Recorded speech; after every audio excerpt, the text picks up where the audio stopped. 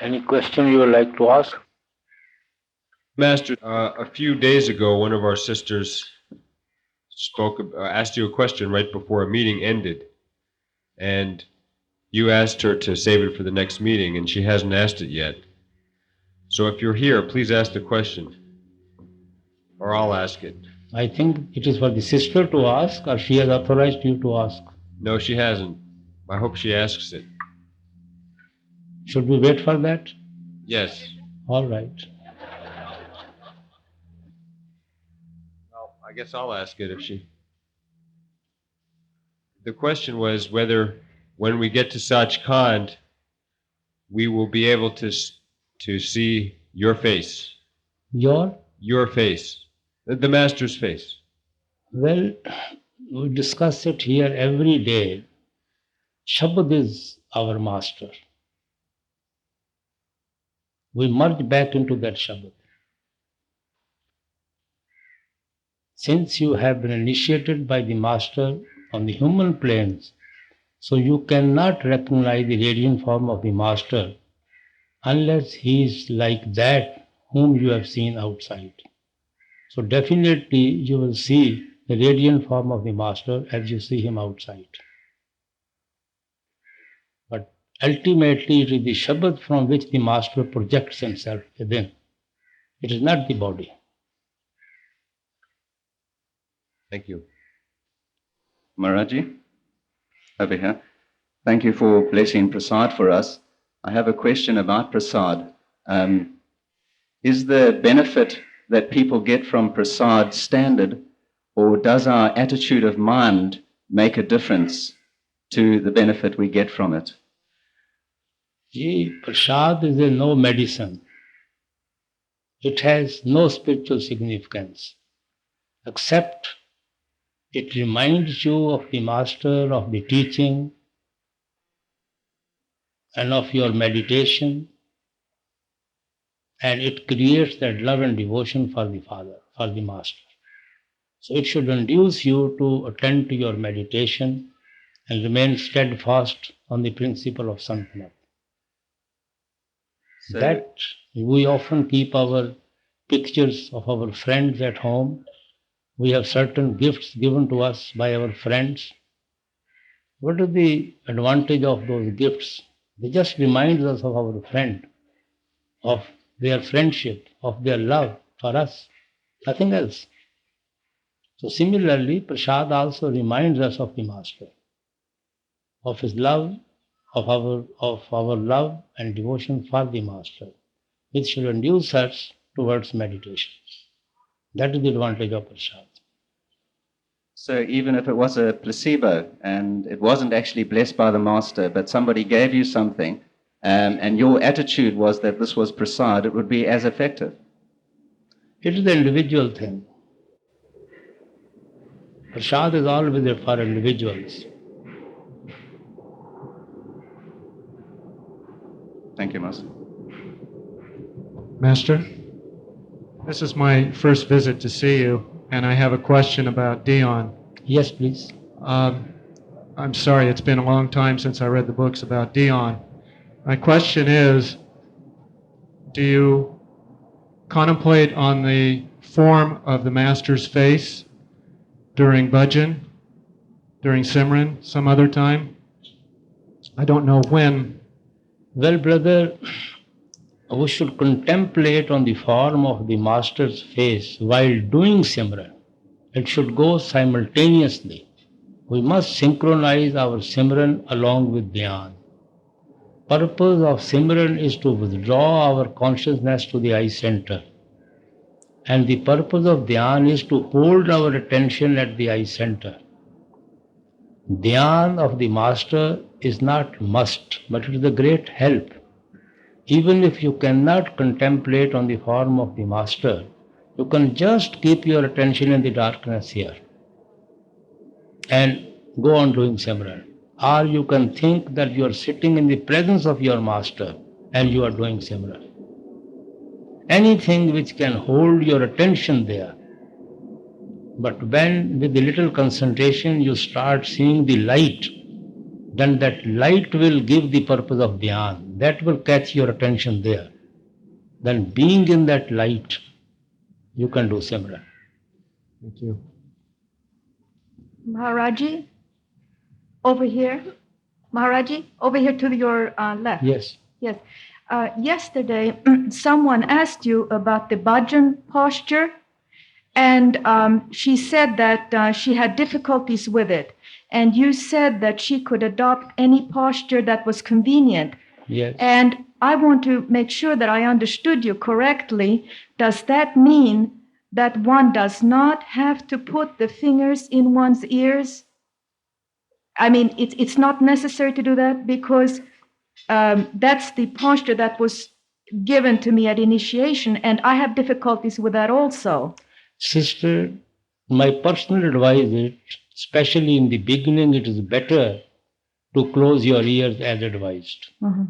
But when your concentration becomes better, if not complete, then you don't have to close your ear even. The moment you will be here at the eye center, you will be in touch with the sound within. Ears have nothing to do with that sound. But then what if one is uncomfortable in that position and still doesn't have very much concentration? One should still try to keep that posture then? Well, that posture is from the health point of view. Mhm.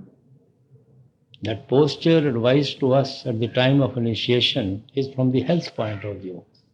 But in the modern time, especially the foreigners, it's very difficult for them to adopt to that posture. So what would you suggest that I should do if I have difficulties with it? And Whatever posture suits you, you can sit in that way. It's you all- can, you can have a comfortable chair and you can have a high arm and you can place your hand over them and then sit like that. I see. But I should try to Yes. have the fingers in the ears. That's right. Thank you very much.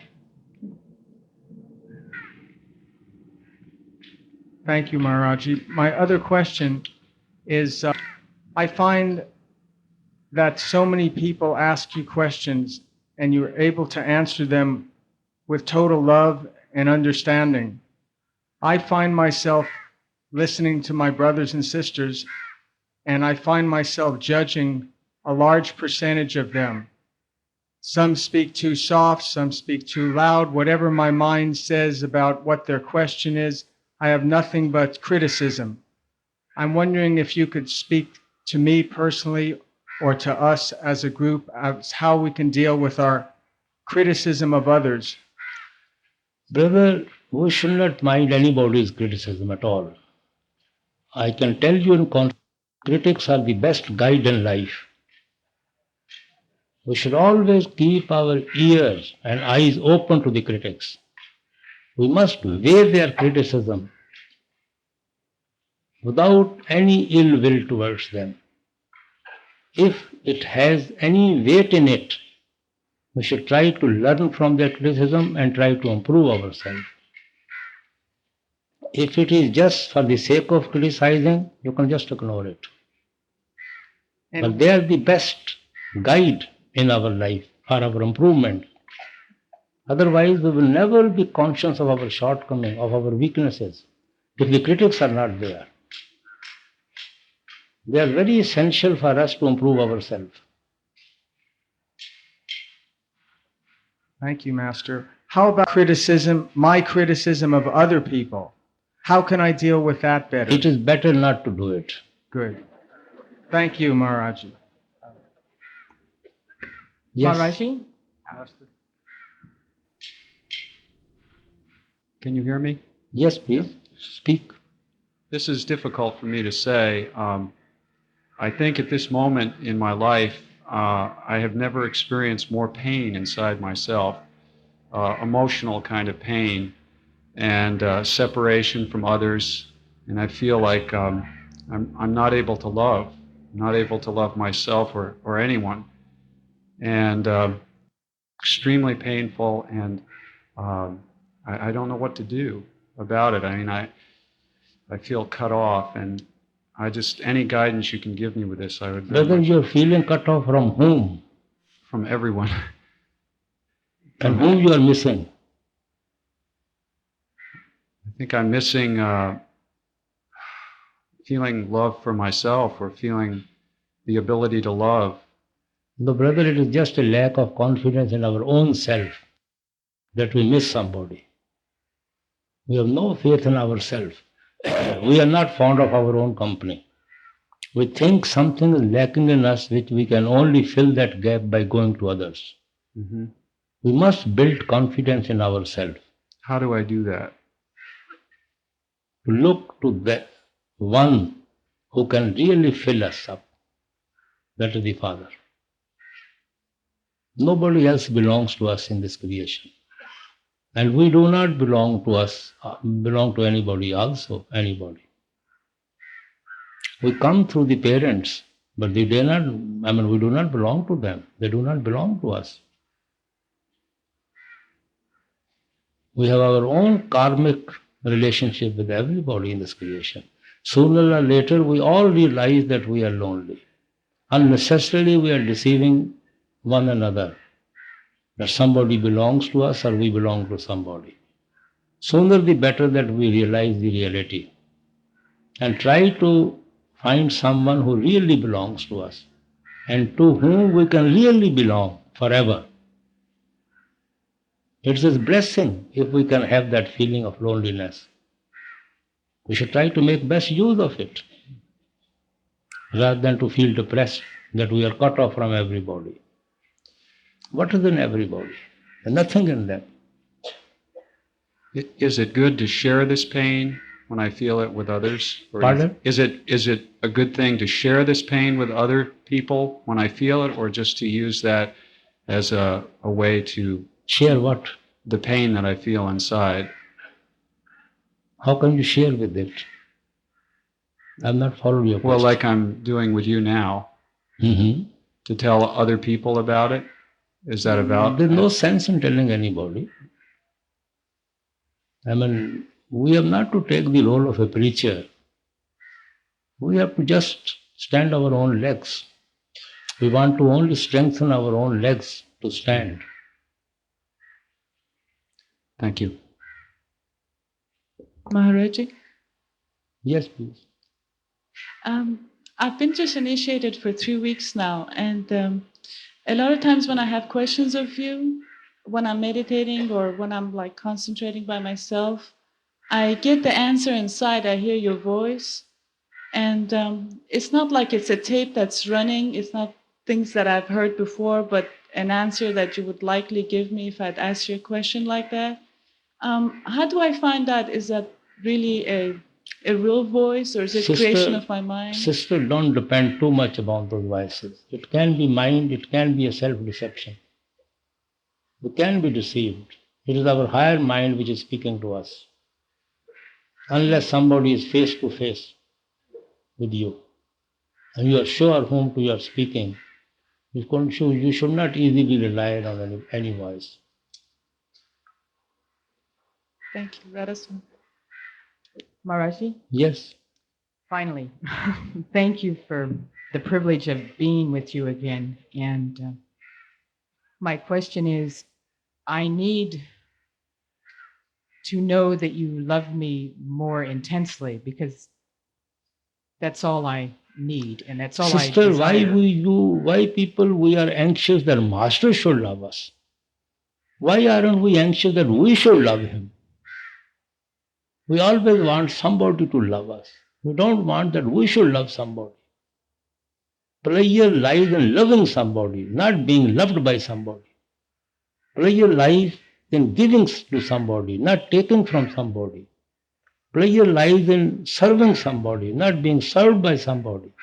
In giving a donation, not taking a donation. Our whole concept is wrong. We try to take pleasure if somebody loves us. Try, you love somebody, you'll get much better pleasure. Thank you. And will you help me to love you? Lord is always there. You see, He has sown the seed of love within every one of us. We have to let it grow and grow. And one who has sown the seed, he will also see that it is nourished, it grows.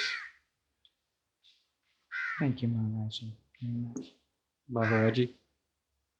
Yes. Maharaji, I know satsangis who have never had the tremendous fortune to sit at your feet and have your darshan, and this question is for those satsangis. It's for me also, but it's for them. Is it possible to develop the love and devotion for the Master which is necessary to see his radiant form inside, even if one has never had the darshan of the Master's physical form? Well, brother, his grace is there. If he has marked that soul, allotted that soul to that master, and sown that seed of love for that master, Lord's grace will also be there on the person. He will definitely see that it grows. Thank you, Maharaji. Maharaji, I was requested to ask this question for someone who's not here. They say, "You are so beautiful, the true Son of God, clothed in a human form. There are many of us who crave to look upon your radiant face whenever possible.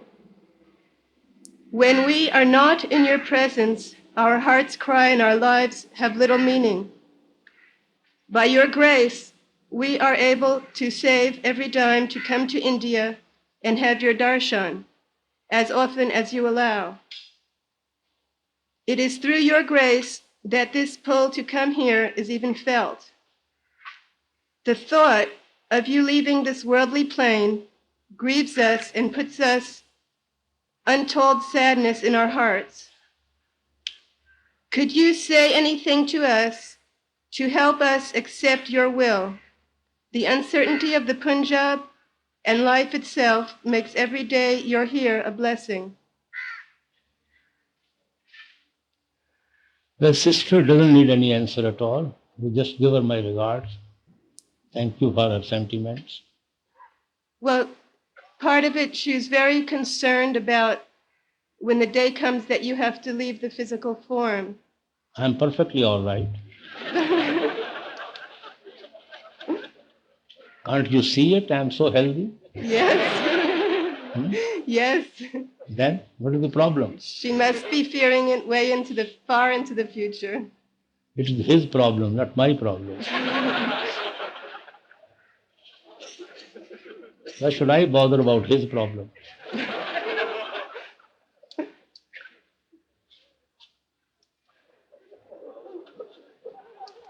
Yes.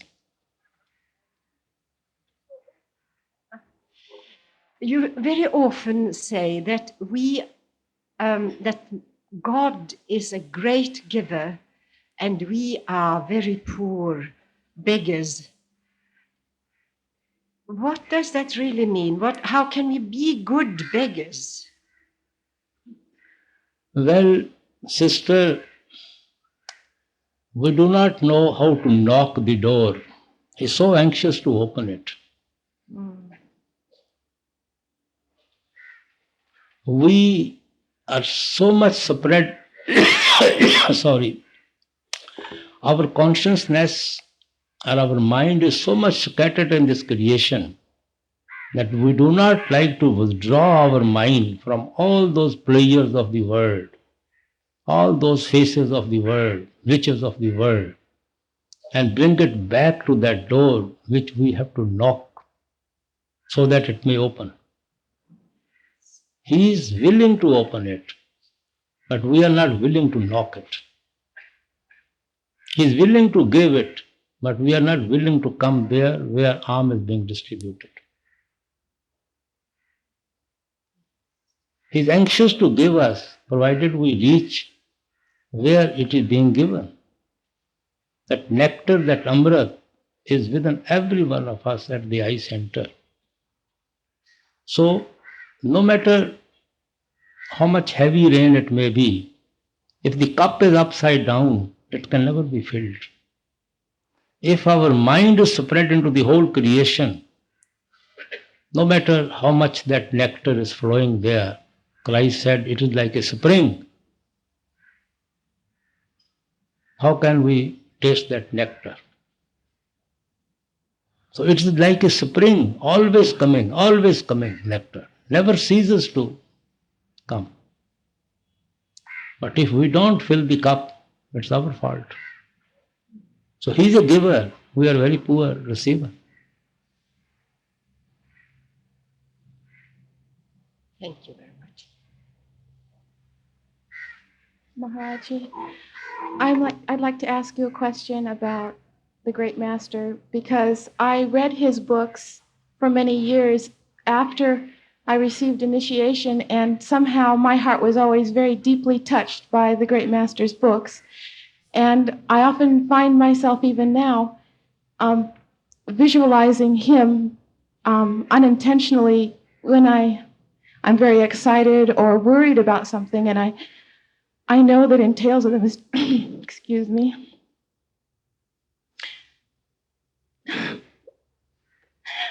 that we should always put our own master first. And I want Sister, Great Master's subject is such that nobody can help being felt moved and touched. He was such a great personality.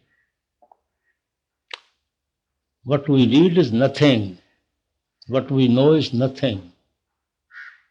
It was to see, to experience what he was. I mean, words can't describe his love and his affection and his way of dealing with people with patience, the way he served the Sangat.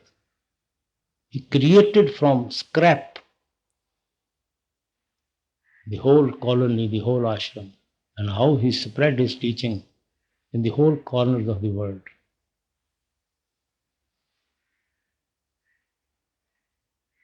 The less said is better.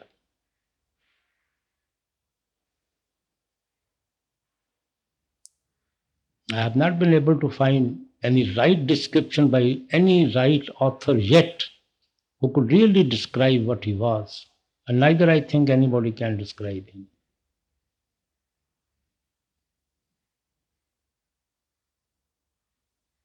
I have one more quick question. A woman who brought me to the path through a brother here asked me to explain an inner spiritual experience she had. She said she went through. She loves Jesus very deeply, and she said she went through a dark tunnel and came to a beautiful radiant light and came back through the tunnel into her body. And she wanted me to explain what this experience meant, but she doesn't want to hear anything about a guru or meditation on anything Indian, and I don't know how to explain it to her, but I have such a deep debt to her for bringing me to the path that I really want her to understand.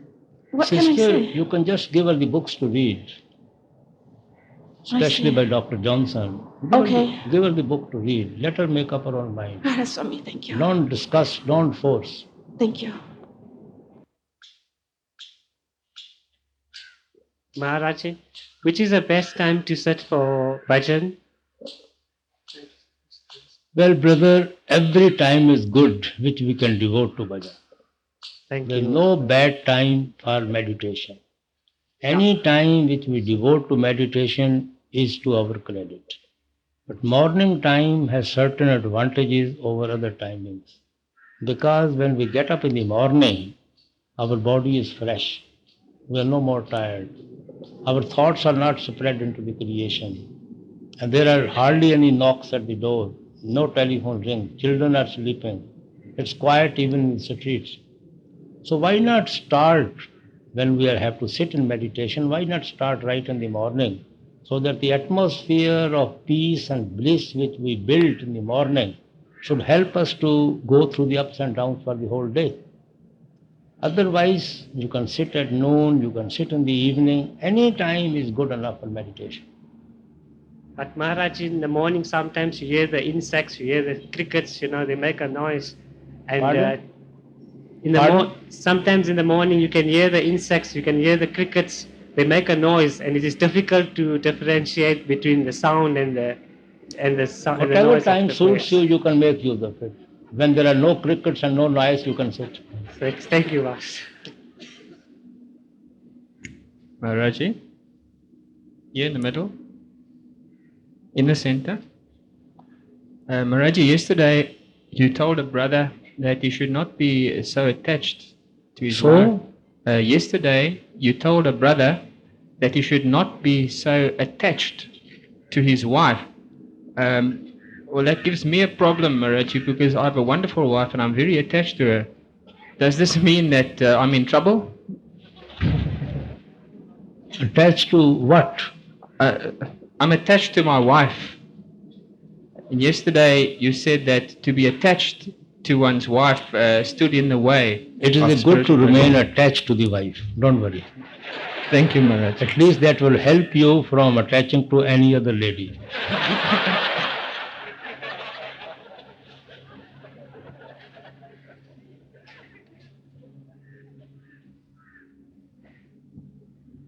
Master? Yes. Yes, please. Maharaji, is it possible that we start doing Simran and we don't feel like changing position to hear the sound for the bhajan? Well, if you don't have to change, you don't have to change. There's no necessity. It's not. Okay. But since we have to use our hands, so to some extent we may have to change. But eventually it will happen that we don't have to. Yes. Eventually you don't have to. Okay. Thank you.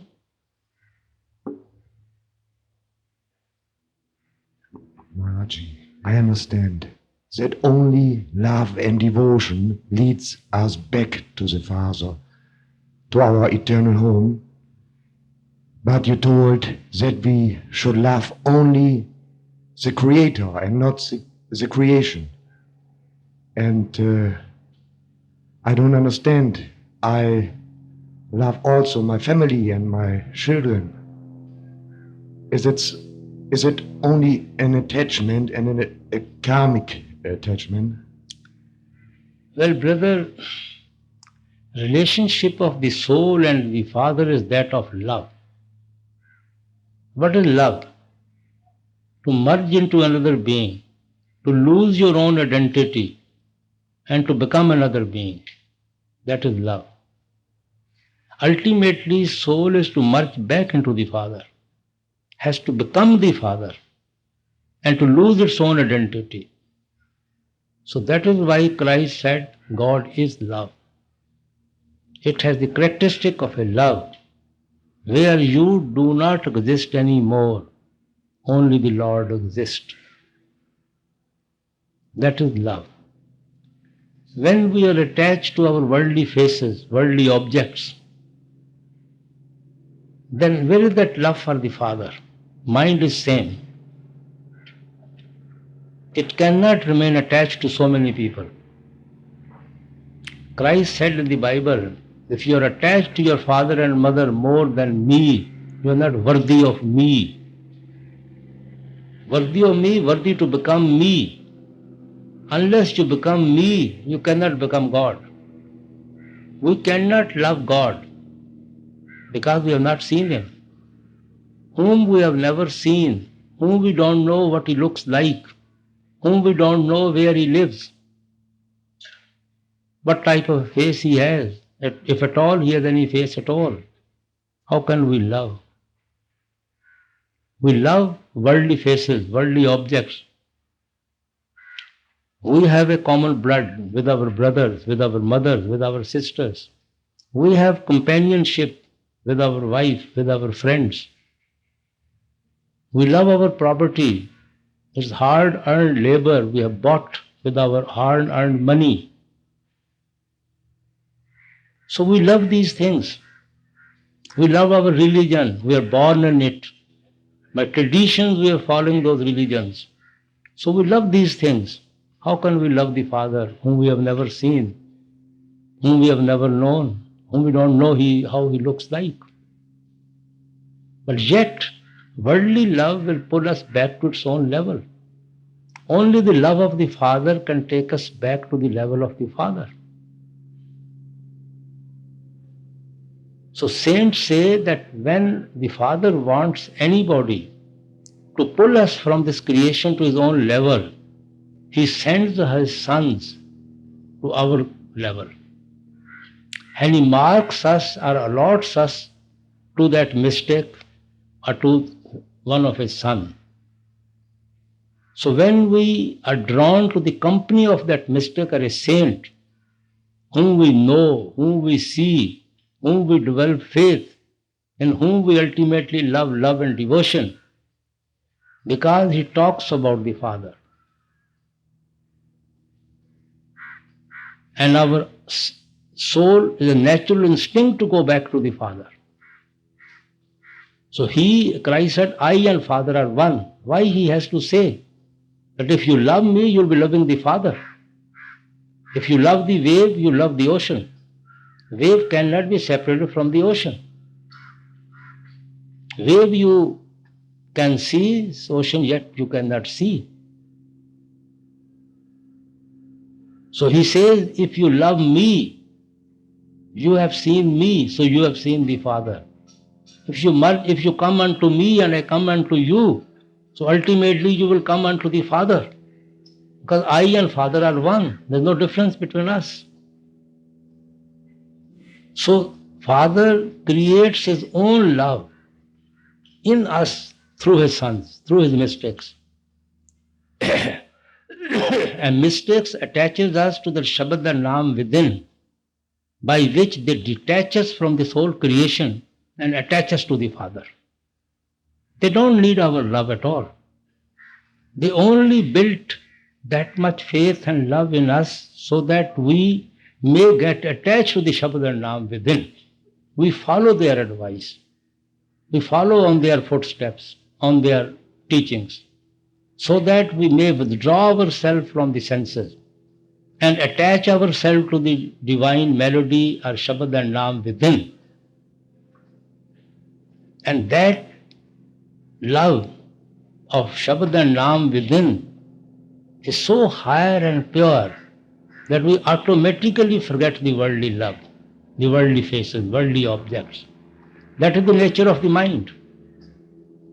If you find something much more beautiful, you automatically run away from the other things at all. So that better attachment automatically detaches us from the worldly faces and worldly objects. So mystics, with the help of Shabad and Naam, detaches us from the whole creation and forever attaches us with the Shabad, with the divine Father within. This is his divine law, cosmic law, by which he pulls us to his own level from this creation, which he has created, which he has designed. And only he can pull us back to his own level. I often say that if there is no hunger, no matter how delicious food may be before you, we will never eat. If we are hungry and there is no food in the plate, we have nothing to eat. If there is a food in the plate and we have also hunger, hands automatically move to our mouth. We'll start eating. It is not in our hand to have that food in the plate and to have that hunger and thirst. He gives us that food. He gives us that hunger and thirst. And we are eating and drinking by his grace and satisfy our hunger and thirst for the Father. Everything is in his hand. He worships himself through us and pulls us to his own level. That is what Jesus has preached. That is what the other Indian mystics are trying to teach us. Beloved Master, right here. Yes, please. I want to ask you a question about meditation. You know, basically, meditation is our main concern. When we in our country read a spiritual heritage, it seemed when in our country, in Satsang, we read spiritual heritage in the chapter of the present master, you answer a question, and in that answer you say, when we become too much absorbed in meditation, sometimes Master withdraw His grace so that we may not leave our worldly work. What I want to know is, in this case, meditation, in what cases a disciple gets in this disbalance, no balance, because lost the balance from outside life. What I want to know is, in what cases happen like that? I have not followed your question. Well, you see, the spiritual heritage, actually, all this has been said in a very light mood, many things. Not a very serious discussion about Sant Mat teachings. I mean, here and there, these things have been picked up and brought into a book form. First, we had no intention even that it should be available to non-satsangis. But now I think they have opened probably to everybody. So, many things are just personal here and there. Anyhow, then nothing wrong which I can't explain. Yes, you be straight to the point. Well, what I want to know is, in what cases meditation, you say, right here says, when we become too much absorbed in meditation, sometimes... You don't worry about the book, you ask your question. Okay. Don't worry about the book.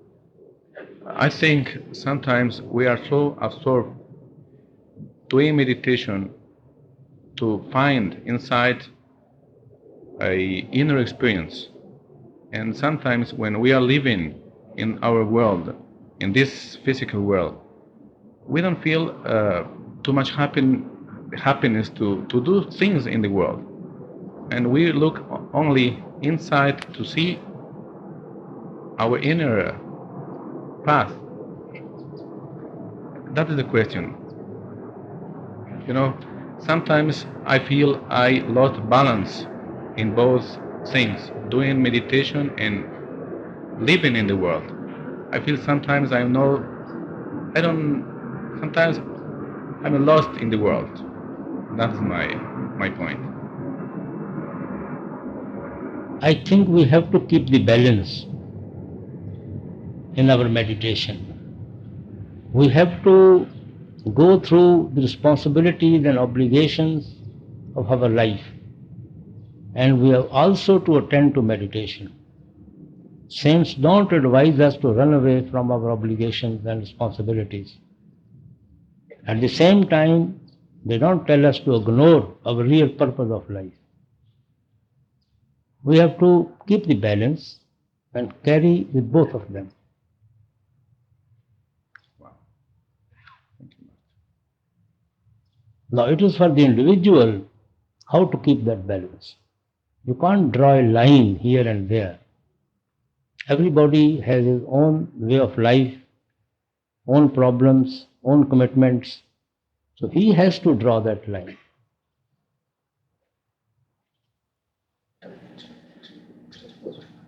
Maharaji, Satsangis would like to know what the meaning of Guru Brahma, Guru Vishnu, Guru Devo Maheshwara means.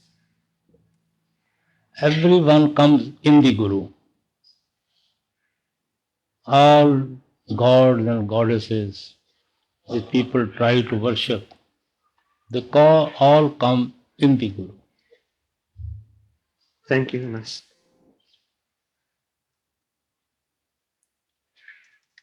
Maharaji, Master, I'm to your left. Hi. Yes. Hi. I have two questions I would like to ask. Please. One concerns my job. I have a job that pays very well, but I'm very unhappy in it, in that they make us do things that are not moral, like sign our name that we worked more hours than we did so they can charge more money to the customer. and things like that, which make me very unhappy. I worry about these things. What is your recommendation about these types of things, Master? You consult your own conscience. You're leaving it to me. Your then. conscience is always with you. I may be not available every time.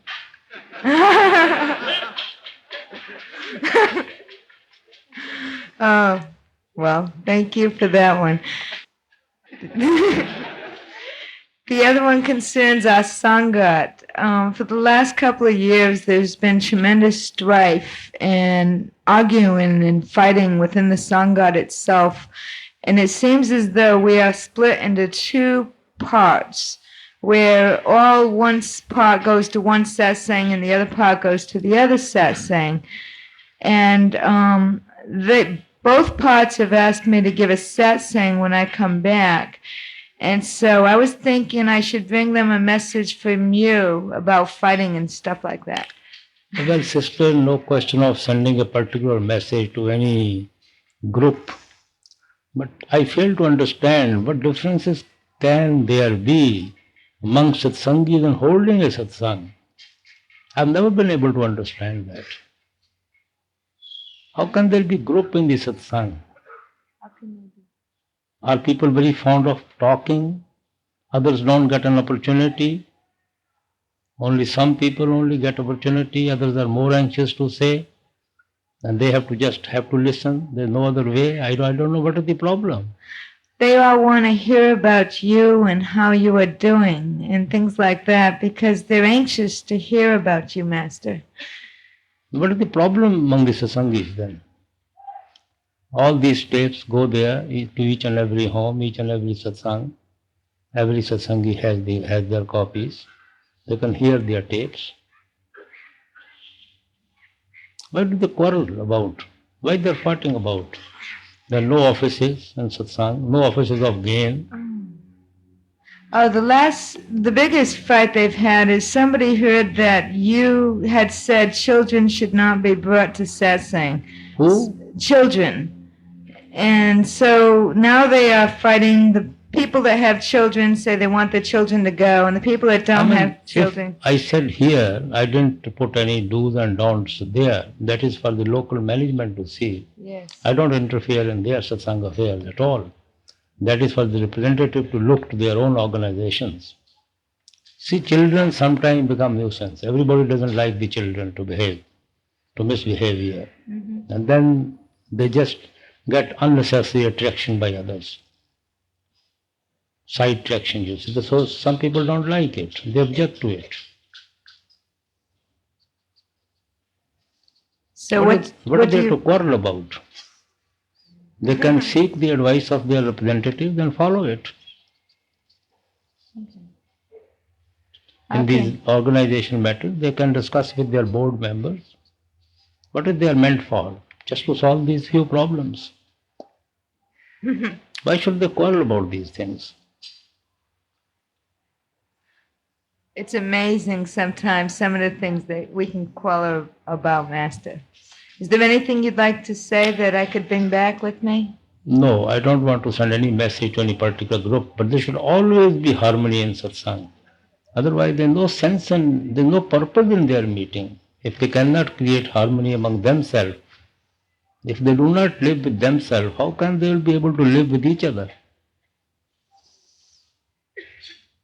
They should get peace and happiness when they meet each other. If that atmosphere is missing, what is the sense of going to that satsang? We don't go there for a cup of tea or cookies and social meetings. We have so many other places for all that. In satsang, there should only be a built atmosphere for meditation. And if there's any doubt, any question, that should be resolved, that should be discussed. And we should be source of strength to each other, help to each other. We should be very kind and loving to each other. If all these basic things are missing from us, then what we have learned in satsang, I don't know.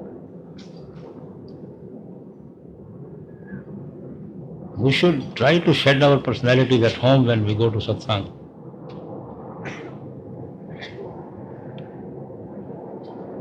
Thank you. Master, Yes.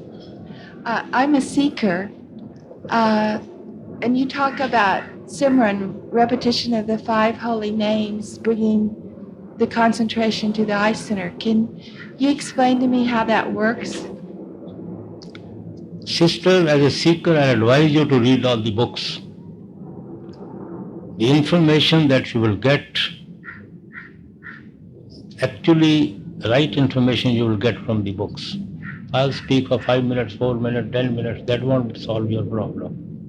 You must read the books very thoroughly and understand the teachings. The purpose of Simran is to withdraw our consciousness to the eye center.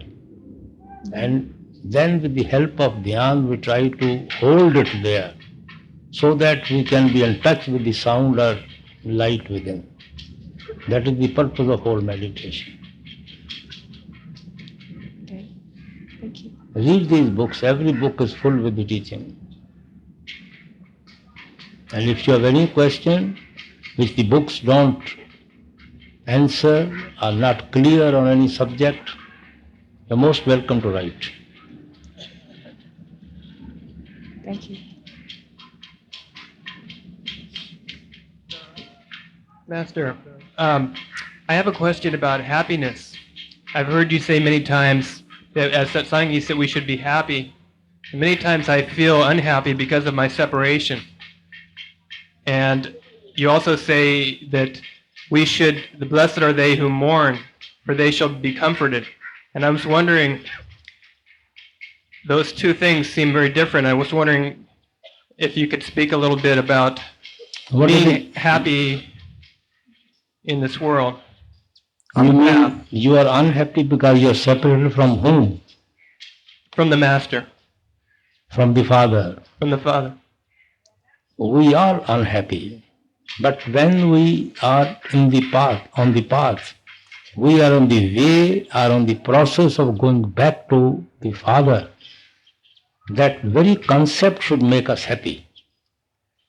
That now we have realized we have Father, we have destination, we have some object to achieve, and we realize our separation, and we have got to get rid of this separation, and we must go back to the Father. We know the path, we know what to do, and if we practice that, automatically we have that feeling of bliss and peace within. If somebody points out to you in a jungle the direction of your house, it makes you happy that at least you know which direction you have to now go. You are not lurking in the dark. Real happiness you will get when you reach there. But the very direction, the very road which leads to back to your house makes you happy, automatically makes you happy. The more nearer you are to your destination, the more happy you become. And then when we realize nothing is in our hand, what has to happen has already happened at a different level, at a different stage. We are only to go through it, then we should not unnecessarily worry about those events of life. Because we are not in a position to change them. We cannot change the cycle of our life, cycle of our karmas. We have to swim along with the waves. We cannot swim across the waves. So we have to accept facts of life as they come.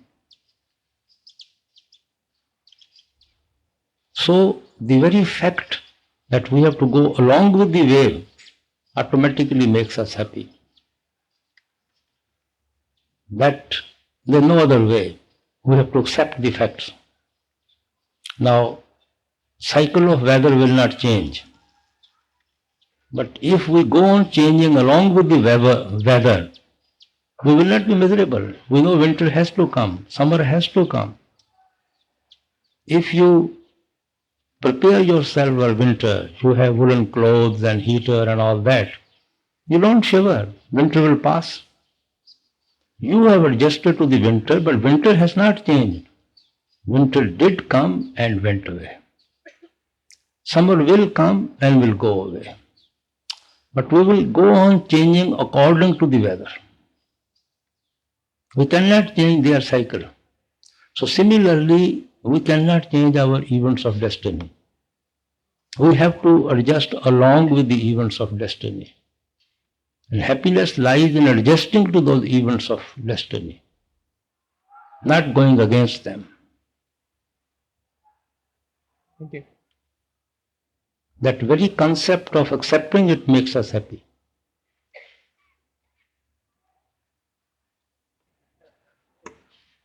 Maharaji,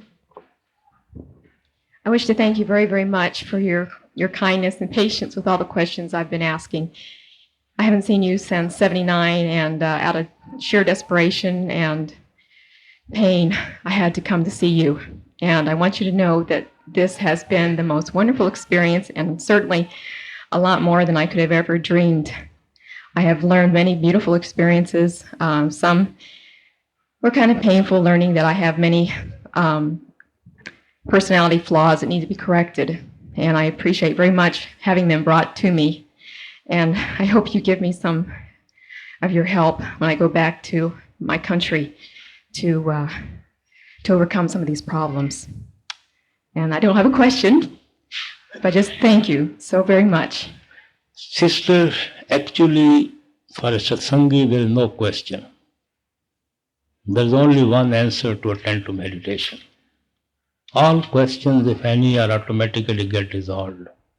We have to rise above the questions. Now what we need is an answer to our meditation, not the question. Stage of question goes when we are on the path. Now stage of practice comes, experience comes.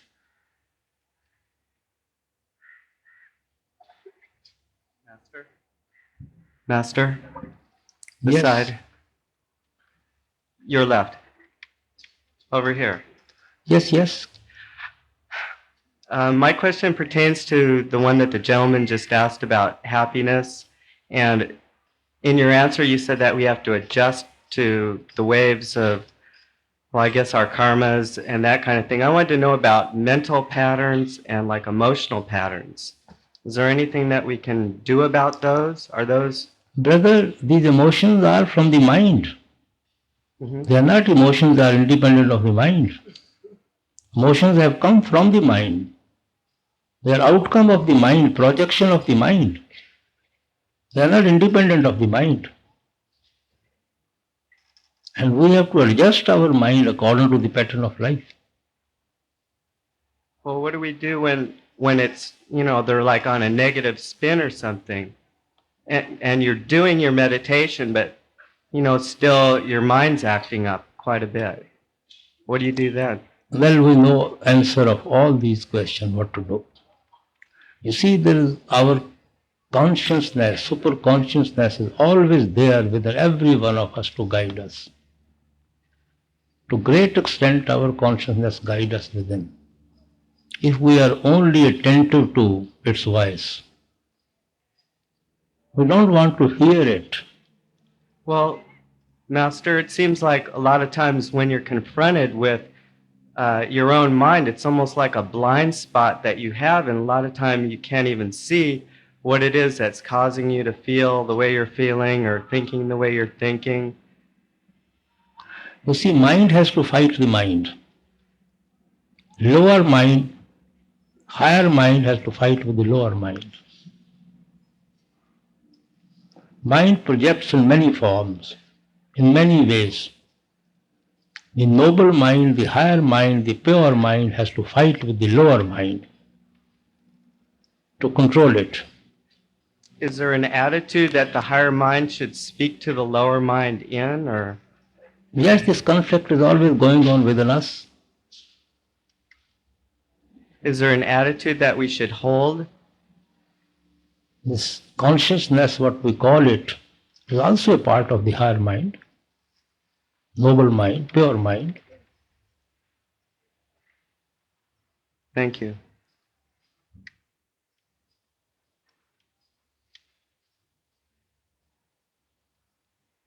Maharaji? Yes. Could we have your permission to make a calendar? Calendar of what? It would be a date calendar and it would have pictures of you. No, pertinent I dates. don't believe in such things, very frankly. Okay, thank you. I don't believe in such things. Thank you, Maharaji. Yes, please. Maharaji, we know everything is taken care of. Everything is done. We can only do meditation. And we want to do meditation. We try to do it every day and punctually and more. But sometimes it seems there is something in the way that keeps us from doing the right kind of meditation. What can you do against this, and what is this? Well, brother, it's a constant struggle with the mind. We have not to lay down the arms, but we have to fight with the mind.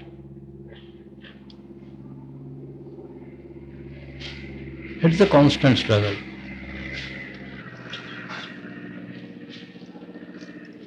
Thank you. Yes. Oh, now it's on. Father, there's a question about the pleasure of the Master with the disciple. Pleasure? The pleasure of the Master, pleasing the Master. Many years ago, someone said to me, "You can never please the Master. Don't even try." But over the years, I've felt that there are things that we can do that please you, like doing our meditation and being obedient to you. Does that please you? Can we please you ever? What does it please you? What would please me Yes. would be to sit at your feet inside and outside always. Then attend to meditation. Yes, Father. May I ask a question about the glance of the Master? About the The glance of the Master. gland? In Delhi, Mr. Sethi was reading from, I think, Swamiji Maharaj. And he brought up a point that was brought up to me several years ago here by a gentleman that I don't think has been really clarified. He said that when the lover is completely immersed in the Master, that there is no desire to get anything. One is just happy to be with the Master, to be in the company of the Master, to be in that radiance. Now, I'm worried because when a master and disciple have a wonderful relationship and it grows with the years, even when the disciple is nothing, there is the master is everything, and the master is beautiful, and the whole life of the disciple is the master. Even though the disciple is not perfect and has silly little things that come up. But Master, is it wrong if we would like for you to look at us? You have not understood Mr. Sethi at all. Oh, would you explain? He said, lover has no other desire but to love the Master. His only desire is to love the Master. Lover doesn't want to calculate his love from any other angle. He is happy in his love for the Master. He has no other desire in him at all except to love him. He doesn't want anything else from the Master but that he lets him love him. Master, I know I'm not too bright about this, but when you love someone, you not only love to look at them, it's a great pleasure, but also it's an incredible joy when the one you love happens to glance your way. But who gives you that love? The Who Master. gives the love to the disciple? The Master. Then Disciple will never love the master unless the master plants that seed of love in the heart of the disciple. Unless he nourishes that seed in the disciple, strengthens that seed in the disciple, pulls the disciple towards him. His inner hand of strengthening that seed of love is always there at the back. So when the disciple loves to be with the master and loves it if the master happens to look in his direction, is that all right? Whether master looks in the direction or not, lover doesn't bother about it. Lover is happy in his love. Ah. Lover doesn't want anything in return at all. The joy and the bliss and the peace and happiness you get in giving yourself, in loving someone else, rather than expecting another person to love you. I said day before yesterday here. I understand now. You cannot be so happy to make another people love you compared to that you love somebody else. Pleasure lies in giving yourself to someone rather than someone else should give in to you.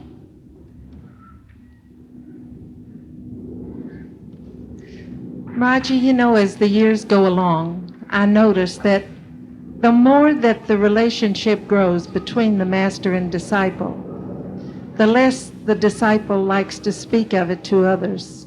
It becomes... The more you get, the more you digest. So you keep it still.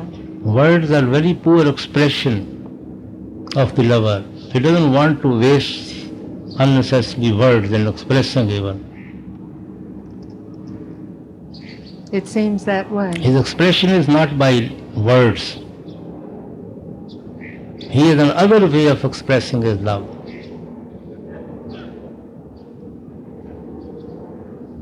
It is his tears and eyes which shows, expression on the face which shows his love, not the words.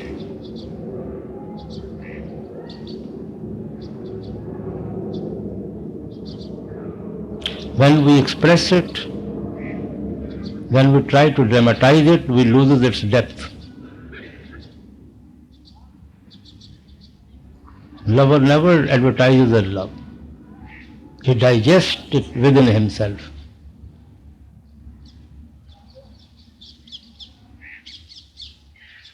When a girl falls in love with some man, I don't know about your country, she tries to hide it from everybody in the family. She doesn't try to share with anybody.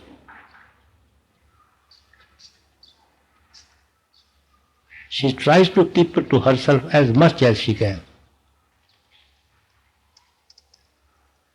I understand, Father. Thank you very much. May I please give you my humble Radhaswami? Thank you.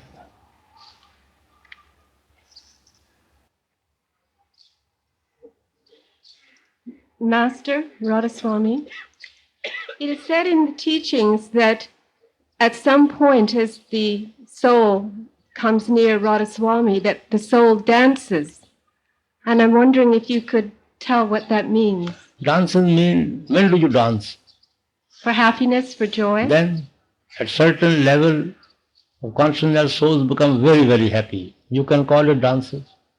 The way of expression. Yes. Don't think that you have to dance there. These are way of expression, you see. It's the happiness.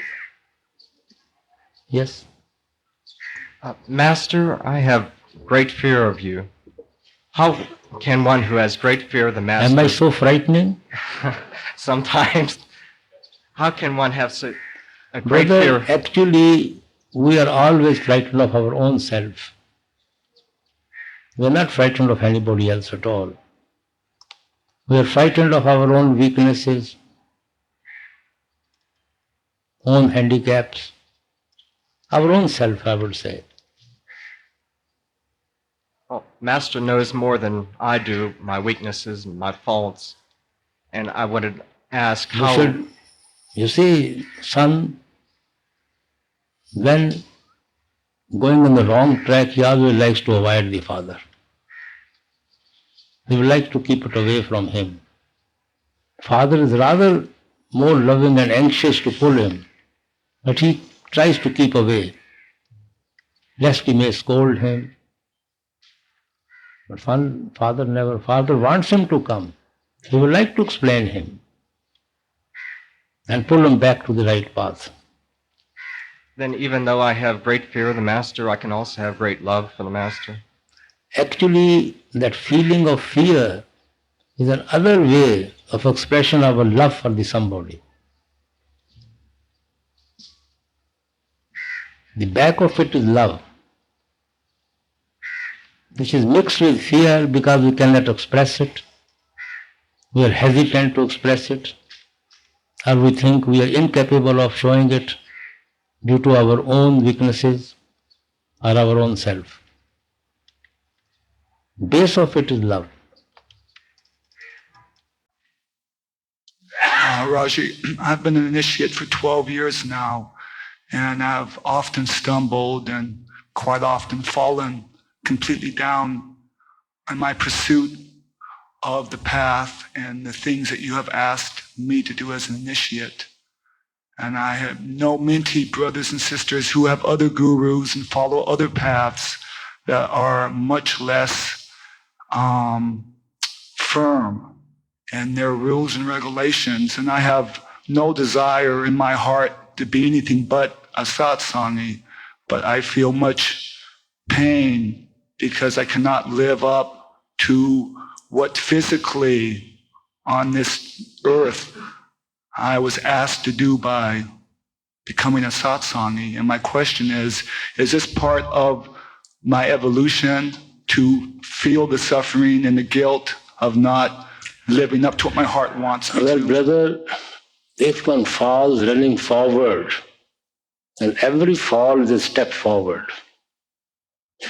If one is running backward, then of course every fall is taking us far away from our destination. Now it depends in what direction you have fallen.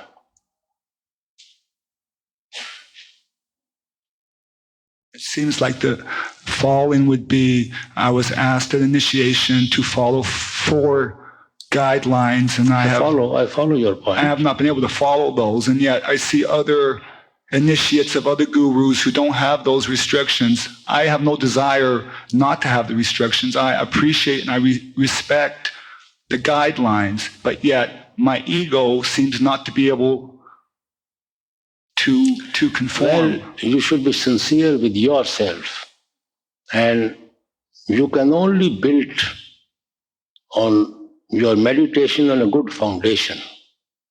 If foundation is weak, whatever you will build cannot stand for very long. That is what Christ said, that you should build on a rock, not on a sand. So these walls, you call it, or conditions, you call it, or foundation of Santmat, you call it, this is our, you see, foundation on which we have to build our meditation. And foundation should be strong, and we have to keep it strong. If you have not been able to do it, try to do it now. Nothing is lost.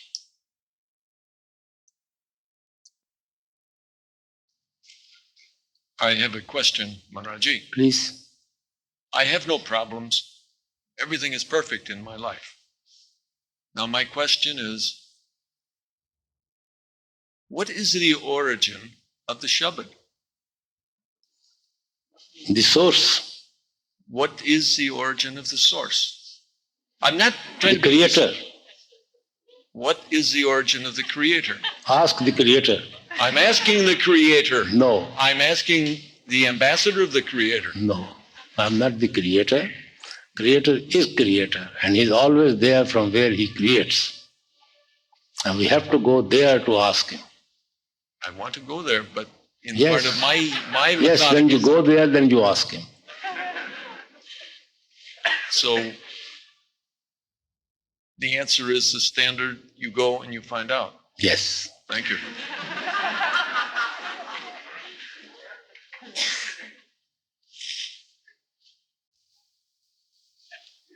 Master, is it necessary to have a spiritual progress to love the physical form of Master?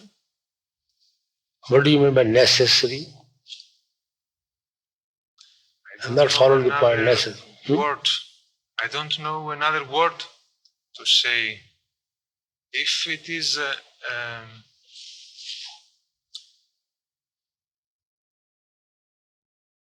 He asked whether it is necessary for spiritual progress to love the physical form of the Master.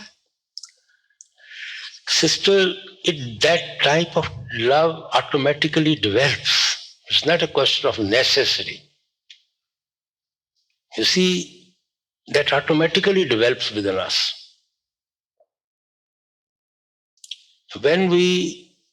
Because through him, our love and devotion for the Father develops. So mastery becomes a very strong means to achieve that end. So means become as important to us as the end. So means become as loving to us as the end. Ultimately, means merges back into the end. So automatically, we fall in love with the means. Not a question of necessity.